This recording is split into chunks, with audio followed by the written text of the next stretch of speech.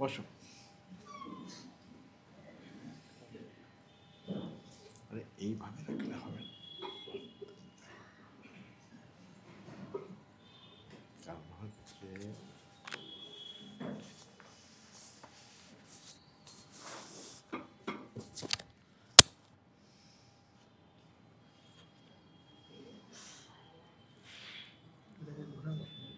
না, ঠিক আছে।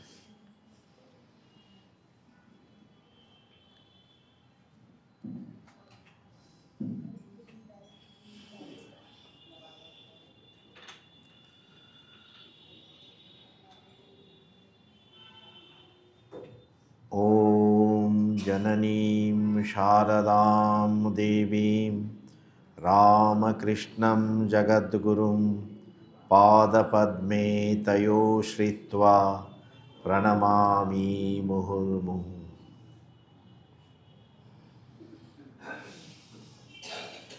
শ্রী শ্রী মায়ের কথা 7ই জুলাই 1912 সাল। স্থান হচ্ছে উদ্বোধন। অরূপানন্দজি, স্বামী অরূপানন্দজি শ্রী শ্রী মাকে বলছেন,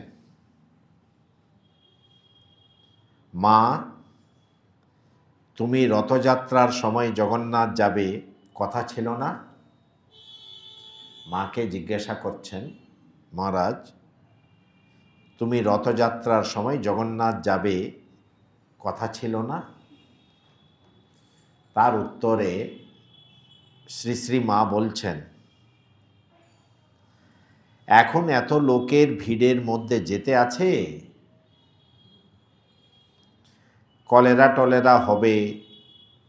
লক্ষ্মীকান্ত পাণ্ডা বললে এখনই ঘর সব ভাড়া হয়ে গেছে, স্থান নেই। ছোট ছোট ঘরগুলি পর্যন্ত 10 টাকা। শীতকালে যাবেন। আপনারা কল্পনা করে দেখুন যে পুরী ওই সময়, মানে ঘরের ভাড়া, একটা ছোট্ট ঘরের ভাড়া 10 টাকা, মানে একজন ওই সময় মানুষ মাইনা পেত কিন্তু 5 টাকা কি 7 টাকা পেত। তো কিন্তু এক মাসের যে মাইনা যে মানুষ পায় সেটাই যদি ঘর ভাড়া হয়, তো তার জন্য একটা ছোট্ট ঘরের ভাড়াও পর্যন্ত 10 টাকা। আর মা বলছেন তখনও কিন্তু এইসব ব্যাধি ট্যাধিগুলো ছিল, কলেরা টলেরা সবই ছিল। তো তার জন্যেই মা বলছেন এই যে ভিড়ের মধ্যে ভিড় করতে যেতে নেই। মায়ের জীবনী থেকে আমরা এটাই পাই যে জিনিসটা, শুধু মা কিন্তু কোনো কাজই হুজুগে করতেন না, যে এই যে হুজুগে আমরা ওখানে যাচ্ছে, না না আমিও যাব বলে। তার জন্যেই যে হুজুগে আমাদের শ্রী শ্রী মা কোনোদিনও কোনো কাজ করতেন না। অরূপানন্দজি শ্রী শ্রী মাকে জিজ্ঞাসা করছেন, জগন্নাথ কি মূর্তি? মাকে জিজ্ঞাসা করছেন, জগন্নাথ কি মূর্তি? শ্রী শ্রী মা উত্তরে বলছেন,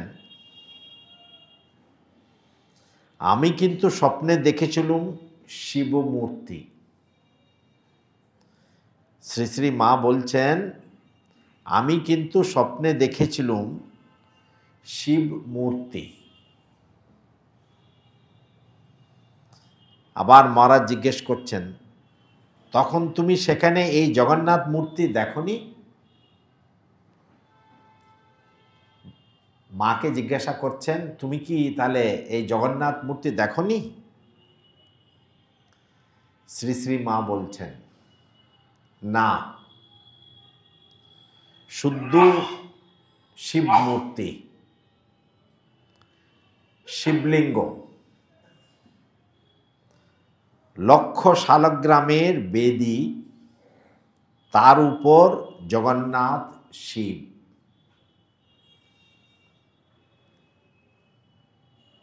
আমরা তো সব সময়ই ভাবছি বিষ্ণু ক্ষেত্র বলে, এখানে মা কিন্তু বলছেন সেটাকে শিবক্ষেত্র। লক্ষ লক্ষ শালগ্রামের বেদী, তার উপর জগন্নাথ শিব। একটা কিছু না থাকলে কি আর এত লোক হয়? ওখানে একটা কিছু না থাকলে এত লোক কেন যায়? মা নিজেই বলছেন কিছু না থাকলে এত লোক কেন যায়। কিন্তু মা বলছেন বিমলা দেবী আছেন। আপনারা সকলেই জানেন যে ওখানেই মানে জগন্নাথের মন্দিরের ওই চত্বরেই কিন্তু বিমলা দেবীর মন্দির আছে। বিমলা দেবী আছেন, তার বলি হয় মহাষ্টমীর রাত্রে। বিমলা দুর্গা তো, কাজেই শিব থাকবেন না? মা বলছেন বিমলা তো দুর্গা তো, কাজেই শিব থাকবে না। তো তার জন্যেই আমরা যে এতদিন ধরে ভাবছি কি ওটা মানে বিষ্ণু ক্ষেত্র। আবার মহারাজ অরূপানন্দজি মাকে বলছেন, কেউ কেউ বলে বৌদ্ধ মন্দির, বুদ্ধ মূর্তি। তারপর শঙ্করাচার্য যখন বৌদ্ধদের তাড়ালেন, তখন ওই মূর্তিকেই আবার শিবমূর্তি করে তুললেন। পরে আবার বৈষ্ণব ধর্ম প্রচারের সঙ্গে শিবকে জগন্নাথ বিষ্ণু করে দিলে। মহারাজ যেটা ইতিহাসে পড়েছেন, ইতিহাসকাররা যেটা লিখেছেন, সেই কথাটা মহারাজ বলছেন। বলছে আগে ওটা বৌদ্ধ মন্দির ছিল, তারপরে শঙ্করাচার্য এসে বৌদ্ধদেরকে যখন তাড়ালেন, ওখানে শিব স্থাপন হলেন। আবার যখন বৈষ্ণব ধর্ম প্রচার হতে শুরু লাগলো, আবার ওটাকে বিষ্ণু রূপে পূজা করতে শুরু হলো বলে। কিন্তু আমাদের মা কি উত্তর দিচ্ছেন দেখুন। মহারাজ তো ইতিহাসের পৃষ্ঠা থেকে মাকে এত কিছু শোনালেন, তার উত্তরে আমাদের শ্রী শ্রী মা বলছেন, কি জানি, আমি কিন্তু শিব দেখেছিলাম। মা একটা কথাই ছেড়ে দিলেন, মানে কি জানি এই যে ইতিহাসকাররা যে বলে, কিন্তু মায়ের তো একটা নিজের অনুভূতি, নিজের অভিজ্ঞতা। তো তার জন্যেই যে মা বলছেন আমি কিন্তু শিবকে দেখেছিলাম। আপনাদেরকে আরেকটা মনে করিয়ে দিই, শ্রী শ্রী ঠাকুর এবং স্বামীজি কিন্তু পুরী ধামে যাননি। ঠাকুরও যাননি, আবার স্বামীজিও যাননি। কেন যাননি আমাদের বুদ্ধিতে ওটা গোচর হবে না। তো তার জন্যই আপনাদেরকে কেন বলতে চাচ্ছি, আবার এই অবতাররা এসে আমাদেরকে বলে দেয় যে আসলটা নিতে শিখো বলে তুমি। আবার মহারাজ অরূপানন্দজি জিজ্ঞেস করছেন, অনেক কিছু মানে ইতিহাস থেকে মহারাজ ছাড়বেন না, অনেক কিছু মহারাজ মাকে জিজ্ঞেস করে করে আমাদের জন্যই তো এত কিছু প্রশ্ন। অরূপানন্দজি বলছেন,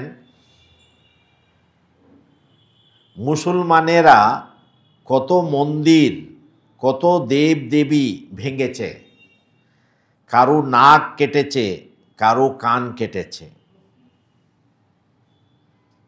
মাকে বলছেন এটা। তার উত্তরে শ্রী শ্রী মা বলছেন, মুসলমানের ভয়ে বৃন্দাবনের যে গোবিন্দজি জয়পুরে পালালেন, পাণ্ডারা ধন্না দিলে শেষে দৈববাণী হলো,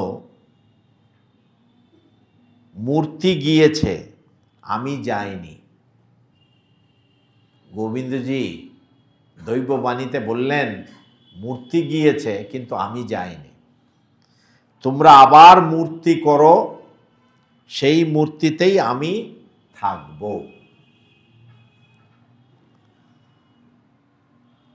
আমাদের অরূপানন্দজি আবার প্রশ্ন করছেন মাকে। গুজরাটে সোমনাথের মন্দির গঙ্গোত্রীর জলে রোজ স্নান হতো। মানুষের মাথায় মাথায় রোজ নতুন জল আসত। সুলতান মাহমুদ ভেঙে চুরমার করে দিলে। মন্দিরের চন্দন কাঠের দরজা নিয়ে গেল। এমন কেন হয়? মাকে মহারাজ প্রশ্ন করছেন, এমন কেন হয়? এখানে আমাদের শ্রী শ্রী মায়ের উত্তরটা কিন্তু বড় সুন্দর। মা আর কোনো তর্ক বিতর্কে জড়াচ্ছেন না। প্রথমে একবারে সাধারণ গ্রামের এই যে মায়েদের মতন বলছেন, দুষ্ট লোকের ভয়ে তিনি পালালেন। দুষ্ট লোকের ভয়ে ভগবান পালালেন। দেখুন আবার মা কি বলছেন, তাই বা কেন? তিনি প্রথমে নিজেই বললেন দুষ্ট লোকের ভয়ে পালালেন, আবার মা নিজেই প্রশ্ন করছেন তাই বা কেন? তিনি ইচ্ছে করলে তো সবই পারেন না। ভগবান পালালেন বললে তো শুনতে তো ভালো দেখায় না। দুষ্ট লোকের ভয়ে যদি পালালেন, এটা তো শুনতে ভালো দেখায় না। তাহলে ভগবান কি এত দুর্বল? মা তো সরলভাবে প্রথমে বলে দিলেন। আবার শ্রী শ্রী মা বলছেন, তাই বা কেন? তিনি ইচ্ছা করলে তো সবই পারেন। লাস্টে বলছেন, তবে এও তার এক লীলা। এই কথার মধ্যে, কথাটা অত্যন্ত ছোট্ট কথা, কিন্তু মা আমাদেরকে বুঝিয়ে দিতে চাচ্ছেন, ভগবান শক্তিমান, ইচ্ছে করলেই সব কিছু পারেন, কিন্তু আমার আর তোমার ইচ্ছার মতন তিনি কিন্তু করবেন না। তো তার জন্যেই মা কিন্তু বলে দিলেন, এটাও একটা তার লীলা। আমাদের হয়তো মনটা অনেক সময় একটু ভ্রমিত হয়ে যায়। আমরা হয়তো বলি, তোমার হলো কথার কথা, আমার হলো প্রাণের ব্যথা।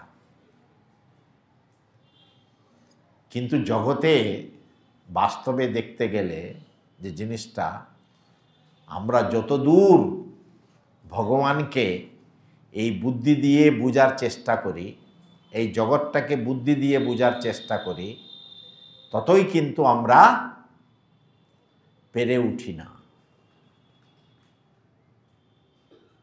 কেউ বলছে এখানে কি সুখ আছে মহাশয়, আবার কেউ বলছেন শুধুই দুঃখ, শুধুই দুঃখ।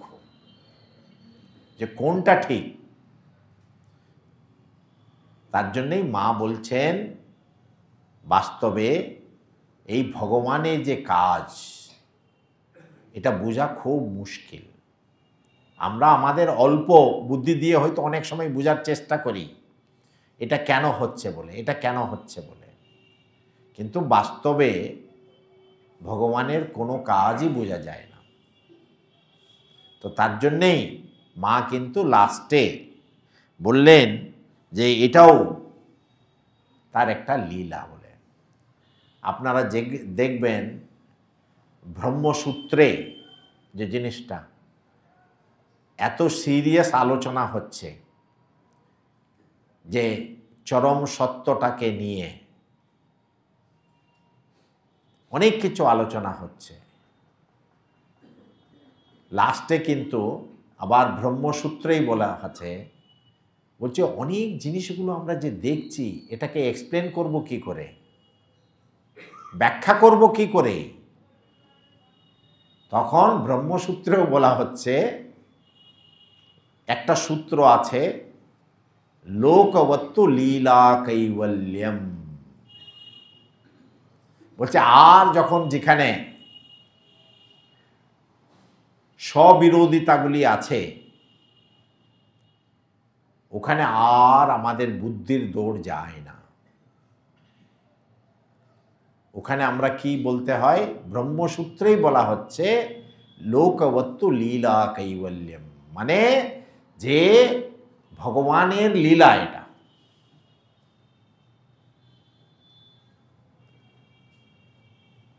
তার জন্যেই ঠাকুর বললেন, বলছে কলিতে মেনলি হচ্ছে ভক্তি হচ্ছে বাঁচার একটা উপায়, আর ভক্তের কাছে ভগবানের লীলা হয়ে যায় অত্যন্ত সরল। তার জন্যেই যশোদা ভাবছে কৃষ্ণকে আমি না খেতে দিলে কে খেতে দেবে ওকে, তাহলে ভগবান এত শক্তিমান নয়, ওকে না দেখলে কে দেখবে। আবার সে তো জগতের কর্তা। যখন দ্রৌপদী আর পাণ্ডবরা বিপদে পড়েছিল তখন মাত্র একটা অন্নের কণটাকে ভগবান যে গ্রহণ করে সঙ্গে সঙ্গে তস্মিন তুষ্টে জগৎ তুষ্টি, সকলেরই পেট ভরে গেল। তখন যে দুর্বাসা মুনিরা যারা এসছিল, দুর্বাসা মুনির সঙ্গে যারা আরও ওনার এত শিষ্য, সকলেরই পেট ভরে গেল। তার জন্যেই ভগবানের লীলায় কোনোদিনও ইতি করা যায় না। ঠাকুর সবসময় বলতেন ভগবানের লীলাকে কোনোদিনও ইতি করবে না। আপনাদেরকে আবার একটা কথা মনে করিয়ে দিই, মথুর বাবুর সঙ্গে একদিন ঠাকুরের কথা হচ্ছে দক্ষিণেশ্বরে। তখন মথুরবাবু বলছেন একই ডালে কি দুরকম ফুল হতে পারে? ঠাকুর কিন্তু অত্যন্ত সরলভাবে, যেমন এখানে মা বললেন না, কে জানি বাপু আমি তো শিবকে দেখলাম বলে বাস চুপ থেকে গেলেন। ওরকম ঠাকুর বললেন ভগবান চাইলে সেটা হয়, কিন্তু মথুরবাবুর কিন্তু বিশ্বাস হলো না। কিন্তু আপনারা সকলেই জানেন সেই ঘটনা। পরে একই ডালে দু রঙের ফুল, তখন ঠাকুর নিয়ে এসে মথুরবাবুকে দেখালেন। এটা হচ্ছে কি, আমাদের ভগবান বুদ্ধি দিয়েছেন, সেটা বুদ্ধিকে কিন্তু কাজে লাগাতে হবে। কেন? ভক্ত হলে বোকা হবে কেন? সেটাকে কাজে লাগাতে হবে। কিন্তু এটাও মনে মনে কিন্তু ঠিক ঠিক ভক্ত যে ভগবানের, সে জানে ভিতরে কি দেখো ভগবানের পক্ষে কিন্তু সব কিছুই সম্ভব। অঘটন ঘটন পটিয়েছি, বলছে অঘটন ঘটন পটিয়েছি। কারে দাও মা ব্রহ্মপদ, কারে করো অধোগামী,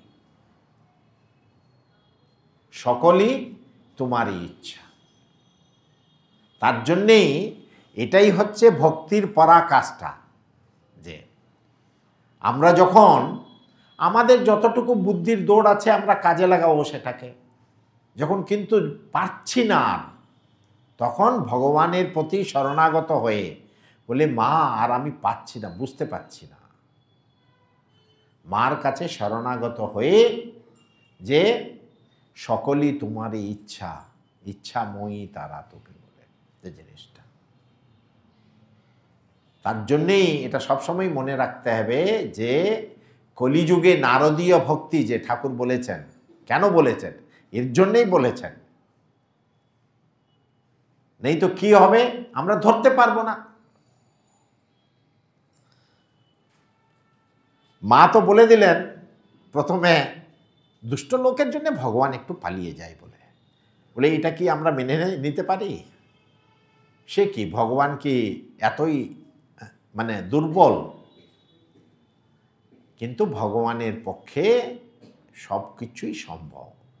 তিনি কেন করেন আমরা কিন্তু বুঝতে পারি না, আমাদের এই বুদ্ধির গোচর হয় না যে জিনিসটা। তার জন্যেই যে বেদান্ত সারেও বলা হয় যে সৎ সদসদ্ভ্যাম অনির্বচনীয়ম ভাবরূপম। বলছি এই জগতের এত কিছু যে দেখছি এখানে যে জিনিসটা, আপনি তো বলে দিচ্ছেন এটা সব মায়ার দ্বারা হচ্ছে বলে, কিন্তু বাস্তবে দেখা যায় এটা কি সৎ? চুপ আছি। এটা কি অসৎ? চুপ আছি। সৎ অসৎ ভ্যাম, সদসৎ ভ্যাম অনির্বচনীয়ম। এটাকে মুখে কিছুই মানে বচনে কিচ্ছুই বলা যাবে না, বুঝে যার বুঝে প্রাণ। অনির্বচনীয়ম ভাবরূপম। আচ্ছা আপনি একটু বলুন তো আছে কি আছে নেই বলে? না, বলতে পারছি না। তার জন্যই দেখুন এত কঠিন বিষয়, এটা এত কঠিন বিষয়। আপনাদেরকে এটা আমি বললাম কেন?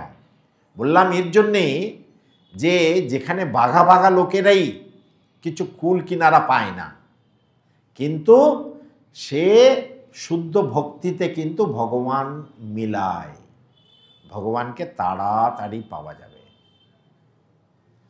যে যেমন বলছিল ছোট্ট বালক, মধুসূদন মধুসূদন আমার ভয় হচ্ছে, তুমি কোথায় আছো? ভগবান সঙ্গে সঙ্গে আসলেন। আবার একটা ছোট্ট মেয়ে যে দুধ আনত, তাকে বলে দেওয়া হলো সে কি তুমি রোজ লেট করে আসছো কেন? খেয়ার জন্য তাকে অপেক্ষা করতে হতো। পণ্ডিত মহাশয় বলে দিল সে কি ভগবানের নাম নিয়ে মানুষ তো ভবসাগর পার করে, তুমি একটা ওটা ছোট্ট নদীটা পার করতে পারছো না বলে। সে তো বিশ্বাস করলো। সে বিশ্বাস করে আর কোনোদিনও দুধ আনতে লেট হয় না। পণ্ডিত মহাশয়ের খুব আশ্চর্য হলো, কি ব্যাপার এই মেয়েটি কিন্তু আর লেট করছে না। তখন একদিন জিজ্ঞাসা করলেন, জিজ্ঞাসা করার পরে জানতে পারলেন, কি জানতে পারলেন? যে বলছে আমাকে তো আর খেয়ার জন্য তো অপেক্ষা করতে হয় না। বলে তুমি কি করে আসো তাহলে? বলছে কেন, আপনি তো আমাকে বললেন, হরিনাম বলেই আমি নদীর উপরে হেঁটে হেঁটে চলে আসছি। সে পণ্ডিত মহাশয় বলছে সে কি, আমি এমনি কথার কথা বলেছিলাম ওটা। তারপরে সেই মেয়েটি, ছোট্ট মেয়েটি পণ্ডিত মহাশয়কে বলছেন, আসুন না আপনি দেখুন। কিন্তু এই মহাশয় কি করছেন? হরি হরি বলছেন, আবার ভয় আছে কাপড়টা ভিজে যাবে বলে। এটা ঠাকুরেরই গল্প। তো তার জন্যই বলছি কেন, মানে সরল বিশ্বাসে ভগবানকে খুব তাড়াতাড়ি পাওয়া যায়, সরল হতে হয়। এর জন্যই ভগবান আসেন ধরাধামে, মানুষের কাছে ধরা দেওয়ার জন্যই আসেন ভগবান ধরাধামে। আবার আমাদের অরূপানন্দজি আর একটা বিষয়টা নিয়ে আলোচনা করতে চান মার সঙ্গে, সেটা হচ্ছে শ্রী শ্রী মাকে জিজ্ঞাসা করছেন, মা, কর্মের ফল কি খণ্ডন হয়? শাস্ত্রে বলে জ্ঞান হলে খণ্ডন হয়, তাও প্রারব্ধ ভোগ করতে হয়। এটা শাস্ত্রের কথা। মাকে অরূপানন্দজি বলছেন শাস্ত্রের কথা,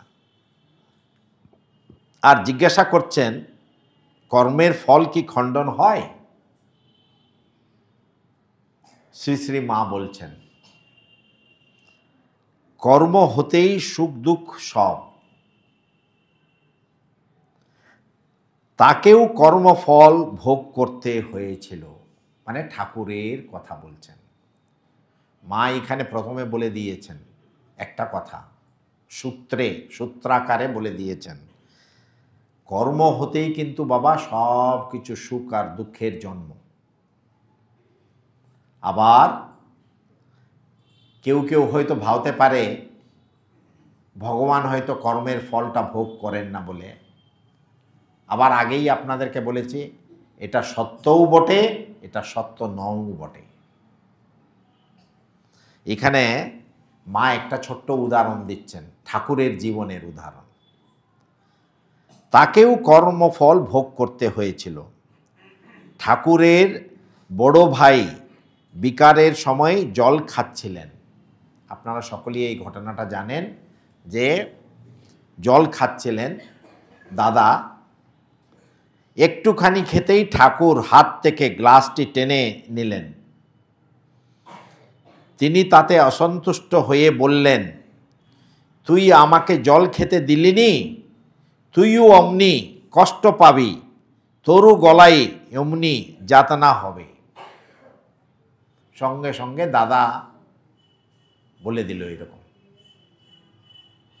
ঠাকুর বললেন, ঠাকুর নিজের দাদাকে বললেন, দাদা, আমি তো তোমার মন্দ করিনি, তোমার অ্যাকচুয়ালি জল খাওয়াটা বারণ, তার জন্য আমি তো তোমার কোনো কিছু মন্দ করিনি। আমি তো তোমার গ্লাসটা তোমার হাত থেকে টেনে নিয়ে তোমার ভালোর জন্যই তো কাজটা করলাম। তোমার অসুখ, ঠাকুর বলছেন, তোমার অসুখ, জল খেলে অনিষ্ট হবে তাই দিইনি। তবে কেন তুমি আমায় এমন শাপ দিলে? বলছে, তুমি আমাকে এমন শাপ দিলে কেন? আমি তোমার তো মঙ্গলই করতে যাচ্ছিলাম। তখন ঠাকুরের দাদা কেঁদে বললেন, কি জানি ভাই, আমার মুখ থেকে ও কথা বেরিয়ে পড়ল। এ তো অন্যথা হবে না, এটা সত্য কথাই হবে, এটা তো অন্যথা হবে না। ঠাকুরের অসুখের সময়, আবার শ্রী শ্রী মা বলছেন, ঠাকুরের অসুখের সময় আমাকে বললেন, শ্রী শ্রী ঠাকুর মাকে বললেন, এই তার শাপে গলার ঘা, তা তোমাদের আর কারু কিচ্ছু হবে না, যা ভোগ আমারই হলো। আমি বললুম, শ্রী শ্রী মা বলছেন, আমি বললুম, এমন হলে মানুষ কি করে থাকবে যখন তোমারই এই রূপ হলো? মানে একজন বলে দিল আর তোমারই এই অবস্থা হয়ে গেল, এই রূপ হলো, তাহলে মানুষ কি করে থাকবে? শ্রী শ্রী মা ঠাকুরকে এটা প্রশ্ন করছেন। তার উত্তরে তিনি বললেন, তার সে সিদ্ধ বাক্য ছিল, ভালো লোক, এমনি যে সে বললে কি হয়? ঠাকুরের দাদা ছিলেন একজন ভালো নিষ্ঠাবান ব্রাহ্মণ ছিলেন, তার জন্যই তার মুখের বাক্য সিদ্ধ, মানে বাক্য সিদ্ধি ছিল তার, তো মুখ থেকে বেরিয়ে এসছে। দেখুন, আপনারা একটু ভেবে দেখুন, অনেক সময় এর কোনো আপনারা এখানে কোনো কিছু বিচার পাবেন? ঠাকুর একজনের ভালো করতে গিয়েছেন, নিজের দাদারই ভালো করতে গিয়েছেন। অনেক সময় সংসারে আমরা দেখতে পাই, যাদের ভালো করতে যায় অনেক সময় আবার আমাদেরকে কষ্ট পেতে হয়। কিন্তু এটা মনে রাখতে হয় যে আমার কাজ হচ্ছে ভালো করে যাওয়া, আমি কিন্তু কোনো মানুষের অনিষ্ট করব না, খারাপ করব না। তার জন্যই আপনারা এখানে ভেবে দেখুন যে ভগবান নিজে এসে, এই যে এখানে চলতি ভাষায়, ব্যবহারিক ভাষায় যদি বলতে হয়, ঠাকুর কি কর্মফলটাকে ভোগ করলেন? বলে আজ্ঞে হ্যাঁ। আচ্ছা, তিনি তো স্বয়ং ঈশ্বর, তিনি কর্মফলের সব ঊর্ধ্বে, আবার তার কি কর্মফল আবার জিনিসটা? তার জন্যেই ভগবদ্গীতায় শ্রীকৃষ্ণ বলছেন, ইয়ো মে বেত্তি তত্ত্বতঃ, আমাকে ঠিক ঠিক স্বরূপে যে জানে সেই কিন্তু বুঝতে পারবে। আমরা যখন ঠাকুরকে যে স্বরূপত যদি জানার চেষ্টা করি, তখনই কিন্তু এটা সম্ভব হবে। ইয়ো মে বেত্তি তত্ত্বতঃ, মানে তত্ত্বরূপে আমাকে একবারে যে জানে, তখনই কিন্তু আমার যে মূলটা বুঝতে পারবে, আমার লীলাটা বুঝতে পারবে সে। তার জন্যেই দেখুন, এই কর্মফলটা তো সবকেই ভোগ করতে হয়। বলছে, আচ্ছা এই কর্মফলের নিয়মটা কে তৈরি করলেন বলুন তো? বলছে, বাবা এই কর্মফলের নিয়মটা যদি না থাকতো, তাহলে ঠাকুরই বলছেন কথামৃতে, পাপের বৃদ্ধি হয়ে যেত, মানুষ যে খুশি করত, যে কিছু করত। বলছে এটার জন্য আমি দায়ী নই, এটার জন্য আমি দায়ী নই বলে। তো তার জন্যেই এটা মনে রাখতে হবে, এটা সৃষ্টিটা ভগবানই করেছেন, ওখানে কর্মফল। এখন প্রশ্ন আসে, আচ্ছা ভগবান যদি আমাদের মতন দেহ ধারণ করে আসেন, তিনি কি কর্মফলটা ভোগ করেন না? বলছে, কি করে বলবো বলো তো? মাকে কেউ একজন পৈতে দিয়ে পুজো করছে, মা কালীকে পৈতে দিয়ে পুজো করছে, পুরুষ কি নারী বুঝিতে নারী। তো তার জন্যেই সে লোকটি বলল, বাবা আমি তো মাকে বুঝতে পারিনি, সে কি পুরুষ কি নারী, তুমি যদি বুঝে থাকো তাহলে ঠিক আছে। তো তার জন্যেই যে ভগবানের ক্ষেত্রে না, উনি কি কর্মফলের দ্বারা কি মানে হন, মানে তারও কিছু কষ্ট ভোগ করতে হয়? বলে আজ্ঞে আদৌই নয়। তাহলে এখানে আমরা দেখলাম যে ওর দাদার, আমাদের ঠাকুরের দাদার মুখ দিয়ে এই কথাটা কেন বেরুলো? তাহলে এটা বেরুলো শ্রী শ্রী জগন্মাতা একটা লীলা রচনা করছেন, যাতে এখানে শ্রী শ্রী মা আমাদেরকে বুঝাতে পাচ্ছেন, কেন ঠাকুরও তো কর্মফলটা ভোগ করেছেন। যেই এটা আমাদেরকে বলা হলো ঠাকুর কর্মফল ভোগ করেছেন, তখন আমরা মুখ বুঝে আমরাও বলবো আর কি করা যাবে, তাহলে আমাকেও তো মেনে নিতে হবে সেটা, যে জিনিসটা। হ্যাঁ, তো এর দ্বারা একটা লাভ হবে, এর দ্বারা একটা লাভ হবে, সে মানুষ কিন্তু শান্ত মনে যখন স্বীকার করবে, আবার ভগবান তাকে শক্তি দেন। ভগবান তাকে শক্তি দেন, যে সহ্য করার শক্তি দেন ভগবান। কিন্তু যদি আমাকে কেউ বলা হয়, দেখো ঠাকুর কত সহ্য করলেন, হ্যাঁ, তো তুমি করবে না? মা কত সহ্য করলেন আমাদের জন্যে, তুমি করবে না? তখন আমরা শান্ত হয়ে সেটাকে স্বীকার করি, সঙ্গে সঙ্গে কিন্তু ভগবানের শক্তিটাও পাই ওটাকে সহ্য করার জন্য। এটাই হচ্ছে মূল রহস্যটা। তো তার জন্যেই সবসময় মনে রাখতে হয় যে কি করে আমরা ভালো হতে পারি, আমরা কি করে একটা এই জগতে এসছি। স্বামীজি বলেছেন, এই জগতে এসছো যখন একটা দাগ রেখে যাও। এর অর্থটা কি? এই জগতে যখন এসছি, একটা আমিও একটা ছোট্ট করে কিছু আদর্শটাকে রেখে যেতে পারি। আপনারা কাদের কাছে আদর্শ রেখে যাবেন বলুন তো? আপনি যদি নিজেই একটা নিজের সন্তানের কাছে যদি আদর্শ না রাখতে পারেন, তাহলে জগতে কার কাছে আদর্শ রাখবেন আপনি? তাহলে জগৎ ভালো হবেই বা কি করে? যে ভগবানকে আমরা সিন্ধু বলি, ভালোবাসার সিন্ধু, সেই তো আবার প্রত্যেক বাবা মার মধ্যেই তো বিন্দু রেখেছেন, সেই ভালোবাসাই রেখেছেন। ওই ভালোবাসার দ্বারাই সন্তানকে মানুষ করা হচ্ছে, ওটা তো ভগবানেরই ভালোবাসা। কিন্তু বাবা মাদের পক্ষেও কিন্তু একটা ছোট্ট কাজ আছে, অ্যাটলিস্ট নিজের সন্তানের কাছে একটা আদর্শ স্থাপন করতে পারে না? এটাই হচ্ছে জগতের ধর্ম। কিন্তু এটা যদি বাবা মারা যদি মনে করে, বলছে না না আমাদেরকে কিছু মানতে হবে না, কিছু করতে হবে না, বলছে আপনাকে কিছু যদি না মানতে হয়, আপনার সন্তানও কিছু কাউকে মানবে না, কিছুই করবে না সে।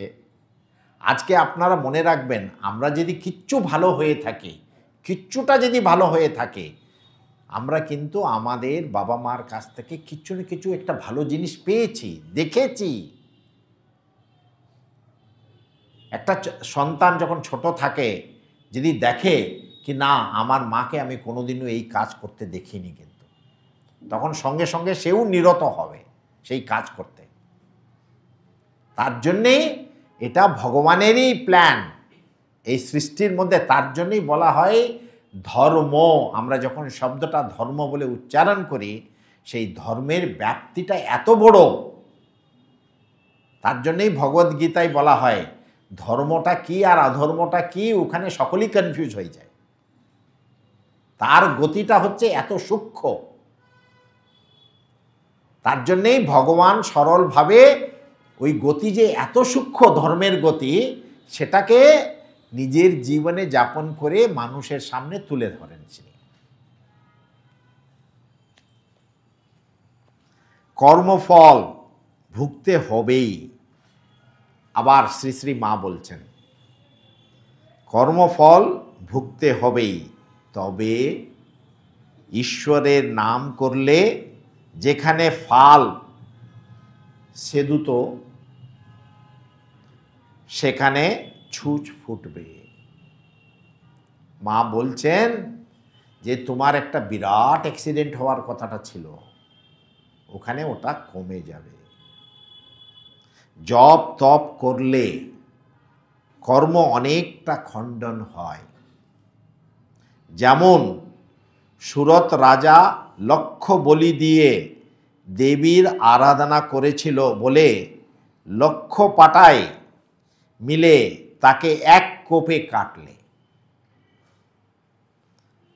তার আর পৃথক লক্ষবার জন্ম নিতে হলো না। দেবীর আরাধনা করেছিল কি না, ভগবানের নামে কমে যায়। এটাই হচ্ছে আমাদেরকে মনে রাখার জিনিস, যে ভগবানের নাম নিলে কর্মফলটা কমে যায়। এটা হচ্ছে সবথেকে ইম্পর্ট্যান্ট আমাদের জানার বিষয়। হ্যাঁ, থাক না কর্মফল, থাক না, তাতে ভয় কিসের? ভগবানের নাম করলে সেই কর্মফলটা অনেকটা কমে যায়। কিন্তু আপনাদেরকে আরেকটা কথা বলছি, এই রাম ও কৃষ্ণ অবতারের আরেকটা অত্যন্ত বড় বিশেষত্ব আছে। সেটা হচ্ছে আমাদের ঠাকুর হচ্ছেন কর্মনাশা আর ফরাস ডাঙ্গা। এটা হচ্ছে যে ভক্তির পরাকাষ্ঠায় যখন মানুষ যাবে তখনই বুঝতে পারবে। কারণ হচ্ছে ঠাকুর এই দুটো শব্দটা, যে ফরাস ডাঙ্গা আর কর্মনাশা, কথামৃতে কিন্তু কর্মনাশা নদীর কথাটা ঠাকুর বলছেন। একটা নদী আছে, তার নাম হচ্ছে কর্মনাশা, তার মধ্যে ডুব দিলেই বা সব কর্মগুলো চলে যাবে। যে জিনিসটা ওটা কেন আপনারা ভেবে দেখুন না। কাশী, এই যে বারাণসীতে, কাশীতে ঠাকুরেরই দর্শন হয়েছিল। প্রশ্নটা ছিল, কাশীতে মরলে কি সত্যি মুক্তি হয়? আচ্ছা, যদি মুক্তি হয় তাহলে ওই মানুষের যে এত কর্মগুলো ছিল কি হবে সেটা? যে কাশীতে যে মানুষের মৃত্যু হলো, সে তো মুক্তি পাবে, এটা তো আমাদের সকলেই হিন্দুরা বিশ্বাস করে, কাশীতে মরলে মুক্তি পাবে। কিন্তু আচ্ছা মহাশয়, তাহলে তার কর্মফলটা কি হলো? এটা ঠাকুরের একটা দর্শন হয়েছিল, এটা লীলা প্রসঙ্গেও আছে। ওই দেখবেন আপনারা, ঠাকুর স্বয়ং দেখছেন যে যার মৃত্যু হচ্ছে তাকে স্বয়ং মহামায়া তার সব বন্ধনগুলো, সব কর্মপাশগুলোকে খুলে দিচ্ছেন, আর স্বয়ং শিব ঠাকুর তার কানে তারক মন্ত্র দিচ্ছেন, সঙ্গে সঙ্গে মুক্তি হচ্ছে তার। তাহলে এখন প্রশ্নটা আসলো, বলে মহাশয় এই যে ওই মানুষের কর্মটা কি হলো? বলছে যিনি লিখেছেন তিনি আবার ওটাকে মুছে দিতে পারেন। তো তার জন্যেই এই যে আমাদের ভারত দেশে কি হয়েছিল জানেন? আপনাদেরকে বলছে, এত এই কর্ম নিয়ে, কর্মফল নিয়ে এত কচকচানি হয়ে গেছিল যে জিনিসটা, কারণ হচ্ছে কর্মকাণ্ডীরা তো ছাড়বে না। এখানে এই ডান দিক দিয়ে জল দিয়েছ তাহলে এটা হবে, বাঁ দিক দিয়ে জল দিয়েছ এটা হবে। মানুষকে না এত বেঁধে রেখেছিল, এই সব সময় ভয় দেখাতো, এই কর্মফল, এই কর্মফল, এই কর্মফল। তার জন্যই ভগবান আসেন, বলছে বাছা ওটাকে ছাড়ো না, কর্মের উপরেও আরেকজন আছেন, কর্মের উপরেও আরেকজন আছেন, যার কথাতে সব কিছু চলে। স্বামীজি তার জন্যে যে চিকাগোতে যে পেপার প্রেজেন্ট করেছিলেন হিন্দুইজমের উপরে, স্বামীজি কিন্তু ওখানে বলছেন যে জিনিসটা, এই কর্মটা আছে বটে, কিন্তু এর উপরে, মাথার উপরে আরেকজন আছেন। By whose command the wind blows, by whose command the fire burns, by whose command the death stalks upon the earth. স্বামীজির ওই যে পেপার, যেটা হিন্দুইজমের যে পেপার, ওটা তো ইংলিশেই স্বামীজি ওখানে প্রেজেন্ট করেছিলেন। এত সুন্দর ব্যাখ্যাটা করেছেন স্বামীজি ওখানে, যে উপনিষদেরই কথা এগুলো, যে জিনিসটা। কারণ হচ্ছে শুধুই কর্মের দ্বারাই যদি মানুষ যদি চালিত হতো, তাহলে তো ভগবানের তো আর তো দরকার হতো না। মানুষ তো ভয়ভীত হয়ে যাবে। তার জন্যই বলা হয় কি না, একজন আছেন। ধরুন একজন এসে একজন মানুষকে ভয় দেখাচ্ছেন, বলছে জানেন তো আপনার অনেক কর্মফল আছে। এই যেমন জ্যোতিষী একজন এসে বলে দিল না না না, আপনার 11 বছর ধরে খুব দুর্দশা চলবে, আপনার যে সব কিছু হবে যে জিনিসটা, সে লোকটিকেই এত দুর্বল করে দেওয়ার কি দরকার আছে তোমার যে জিনিসটা? হ্যাঁ, আমার যদি দুর্গা দুর্গা নাম বলে যদি আমার যদি দুর্গতি হয়, তাহলে দুর্গা নাম নেওয়ার দরকার কি আমার?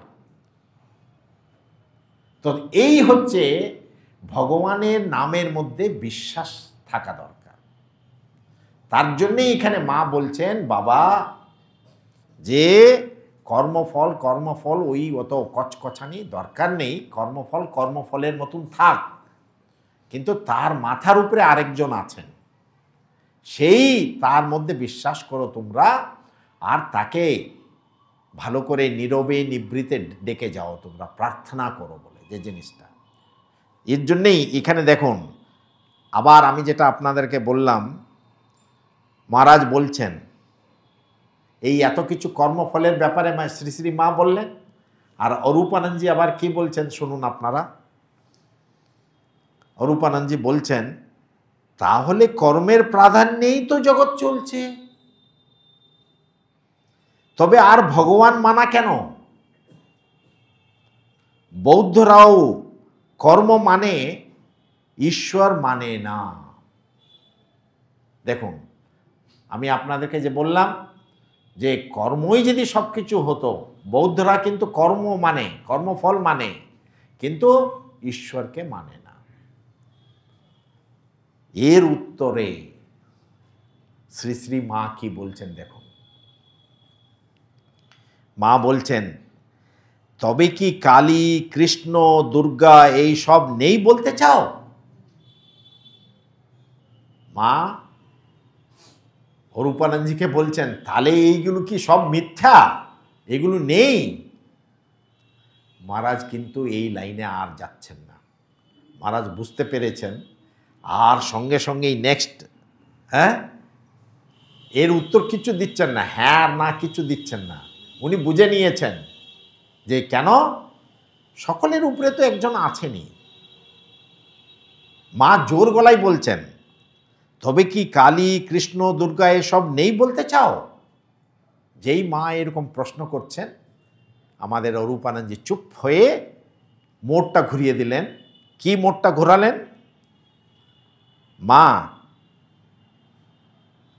মাকে বলছেন, আমি জপ তপের দ্বারা খণ্ডন হয়, মানে জপ তপের দ্বারা খণ্ডন হয়, মানে উনি মোড়টা ঘোরালেন কি, বলছে কর্মফলটা জপ তপের দ্বারা খণ্ডন হয়, মানে কর্মফলটা।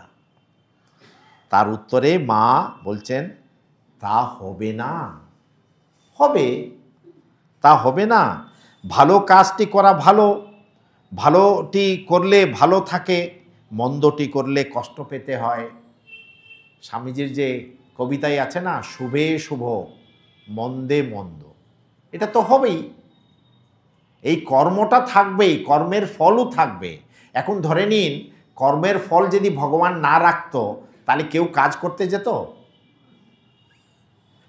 আপনারা বুঝে দেখুন, বলছে মহাশয় আপনি করে যান, কিন্তু আপনি এটার কিছু ফল পাবেন না, তাহলে কেউ কাজ করত? তো এটা মহামায়ার একটা সৃষ্টি চক্রের মধ্যে একটা, মানে কল, আপনারা বলতে পারেন এটা একটা কল মা রেখে দিয়েছেন এরকম। আবার মহারাজ জিজ্ঞেস করছেন, আচ্ছা মা, তুমি জয়রামবাটিতে বলেছিলে সব এক সময়ে সৃষ্টি হয়েছে, যা হয়েছে সব এক কালে হয়েছে, একটি একটি করে হয়নি। মহারাজ মাকে বলছেন সৃষ্টির যে রহস্যটাই, এটা তো সবই তো সৃষ্টির রহস্যটাই উদ্ঘাটিত করতে চাচ্ছেন উনি। বলছেন মা, এই যে সৃষ্টিটা হয়েছে, একটি একটি করে হয়েছে কি না একসঙ্গে হয়ে গেছে? তুমি তো জয়রামবাটিতে আমাকে বলেছিলে না, ভগবান একটি একটি করে করেননি, একসঙ্গেই করেছেন। মা উত্তরে বলছেন, তিনি কি আর একটি একটি করে সৃষ্টি করেছেন? এ যেন তার একটা কল চলছে, একটা মেশিন চলছে। এই যেমন ময়দার কল, এই যে ওখানে বাগবাজারে ময়দার কল ছিল, যে গম ভেঙে ময়দা হতো তখন। কলওয়ালা দেখছে কলটি যাতে নষ্ট না যায়, না হয়, মানে ভগবান দেখছেন এই সৃষ্টিটা চলছে, এই সৃষ্টিটা যেন মানে গড়বড় না হয়, কোনো ধ্বংস না হয়ে যায়, ঠিক মতন চলতে থাকে। সে কি কোথায় একটি একটি করে গম গুঁড়ো হচ্ছে দেখছে? মানে সে কলওয়ালা এক একটি করে গমটা কোথায় গুঁড়ো হচ্ছে সেটা দেখছে? তেমনি তার কলটি ঠিক রাখছেন, মানে সে শুধু দেখছে কি আমার কলটা ঠিক চললেই হলো, মানে একটি একটি করে দেখছেন না। কোথায় কে কি খুঁটিনাটি করছে তা কি তিনি অত দেখছেন? তার অনন্ত সৃষ্টি, তাকে সর্বক্ষণ দেখতে হচ্ছে, তা এত খুঁটিনাটি দেখলে কি চলে? এখানে একটা কথা মনে রাখবেন, যে জিনিসটা মা বলছেন ভগবান এত খুঁটিনাটি দেখেন না, কিন্তু এখানে এটাও মনে রাখতে হবে, ঠাকুর আবার বলছেন পিঁপড়ের নূপুর ধ্বনি পর্যন্ত ভগবান শুনতে পান, যে দুটোই ঠিকই, দুটোই ঠিকই। যেমন আমি উদাহরণস্বরূপ বলছি, একজন মানুষকে বলা হলো যে 10,000-এর রান্না করতে পারে, কিন্তু ওকে আমি বললাম আপনি 10 জনের ভালো রান্না করতে পারবেন? বলছে না, ওটা পারবো না। আবার যে 10 জনের যে রান্না করছে তাকে যদি 10,000-এর করতে বললে ও পারবে না। মানে ব্যাপারটা হচ্ছে, মানে আমাদেরকে সব রকমই এক্সপার্ট হতে হবে। বলছে মা আপনি কি 10 মানুষেরও মানে 10 জনের জন্য ভালো রান্না করতে পারবেন? আগে হ্যাঁ, আলবত করতে পারবো। আবার 10,000-এর পারবেন আপনি? বলে হ্যাঁ, 10,000-এরও পারবো। তো এ তো ভালো খেলোয়াড়, পটু।